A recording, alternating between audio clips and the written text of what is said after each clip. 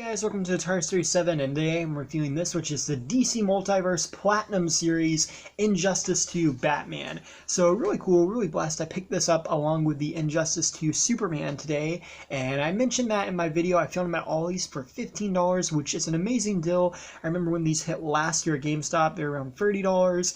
Was unable to pick one up. They sold out too quickly, and I know TJ Maxx ended up getting them at around the same price I think of Ollie's, maybe a little bit higher, maybe a little bit cheaper. I'm not completely sure.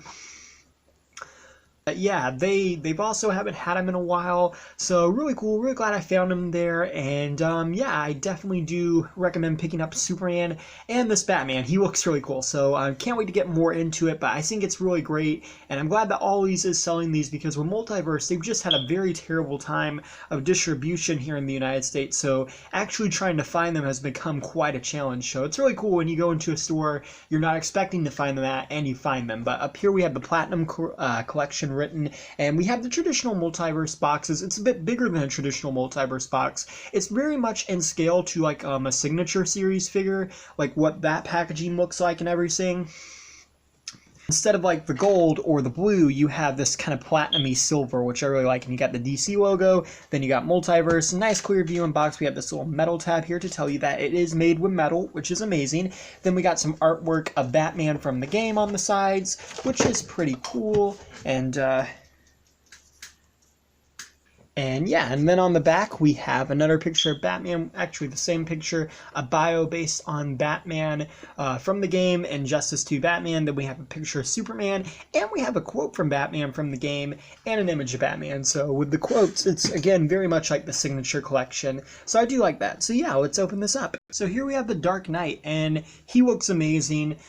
He does come with a base, just like Superman, which is good for extra support, as these are very, they're not very heavy, but they are pretty heavy, and you know, you don't want them falling off your shelf or anything, or hitting your foot, because that would be quite painful actually, because it is made with metal, which is actually pretty cool though. And I do like the details on his helmet. They look really good. I'm gonna bring the camera in a little bit closer. Definitely looks good. It's got the black and the silver. I know some people are complaining that it doesn't have a traditional Batman head, but hey, I kind of like it like this. It's got the bat ears, which are nice. You got the kind of darker black where I guess he sees out of, and then you got the silver going down. Then you have the bat symbol, which looks really good. And this part here is like metal.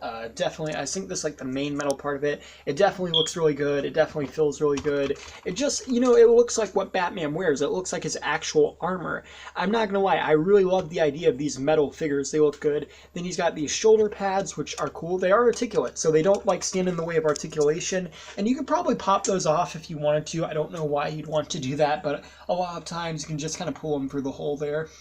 And then he's got his belt, which is cool. You got the little Batman emblem. You got these little blue lights, which are pretty neat. And he has that blue line that goes all the way through his arm and his elbows, which is cool. And he's got little bits of metal plated through. Very cool, very awesome. Definitely looks like armor. You'll notice what's like black letter to around the suit to actually make it look like a wearable armor, which I really do love. You got some more of the metal plating and the blue, and then you can see his feet there.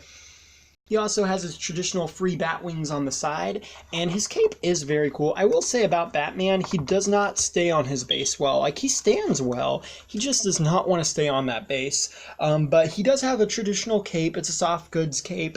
It's very much like Superman's cape, but you'll notice they did give it the little curves and edges at the end like Batman's capes always have, so that's cool that they added that feature. The back, you can see the rest of the detailing, which does look pretty good, and I love how they keep it coherent too behind the cape, so that's nice. So yeah. Now, in terms of articulation, Batman does feature a 360 at the head, and he can look up and down pretty far, so that's pretty good. I will say that you could probably take off this head and put on a traditional Batman head if you want to do that, but it might end up breaking it. He does have 360 at the arms, and they do swing out the shoulder, and like I said, because it's articulate, because the shoulder pads are articulate, it doesn't hinder his articulation. I know it really annoys me when they'll do molded shoulder pads because you can't get the elbows out all the way, but that's not the case here, so that's good. You do have a 360 at the elbow, or kind of like there, so that's good. And you have bendability at the elbow, and you do have 360 at the wrist. You have a 360 at the torso. It's a little bit hindered by the belt, but it does work. And then the legs come forwards, backwards, and outwards, and you have bendability at the knee.